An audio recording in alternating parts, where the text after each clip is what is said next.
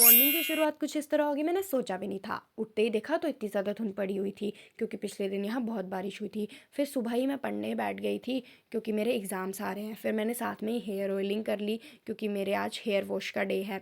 फिर मैंने झाड़ू लगाया, पोछा करा। फिर उसके बाद मैंने देखा कि सूरज देवता भी निकलने वाले हैं, क्योंकि यहाँ पे इतनी ज़्यादा धुंध पड़ती है कि सूरज देवता तो सुबह सुबह हमें बहुत ही लेट दिखते हैं। फिर उसके बाद मैंने ब्रश करा। ब्रश करने के बाद मम्मा ने मेरे को बोला कि आग जला दे, क्योंकि उन्होंने खाना बनाना था। खाना बनाने के बाद मैंने खाना खाया और फिर उसके बाद मैं नहाने चली गई थी। नहाने के बाद इतना फ्रेश फ़ील हो रहा था ना। फिर उसके बाद मैंने अपना स्किन केयर किया। फिर उसके बाद मैंने देखा तो बहुत अच्छी धूप निकली हुई थी, तो मैंने सोचा थोड़ी देर धूप लगवा लेती हूँ, पर इतनी तेज़ धूप थी कि ज़्यादा देर धूप में बैठा भी नहीं गया। फिर उसके बाद मैंने लंच प्रिपेयर किया और उसके बाद लंच करके मैं सो गई थी। फिर शाम को जब मैं उठी तो मैंने देखा कि मेरी दादी जी आई हुई हैं, जो कि काम कर रही थी कुछ। मैं उनके पास आ गई और यहाँ मैंने देखा बहुत अच्छे भिंडी के बीज लगे हुए थे। गाइज़, आपके यहाँ बताना इस सब्ज़ी को क्या बोलते हैं? इस सब्ज़ी को हमारे यहाँ क्यों बोलते हैं? ये बहुत टेस्टी सब्ज़ी होती है।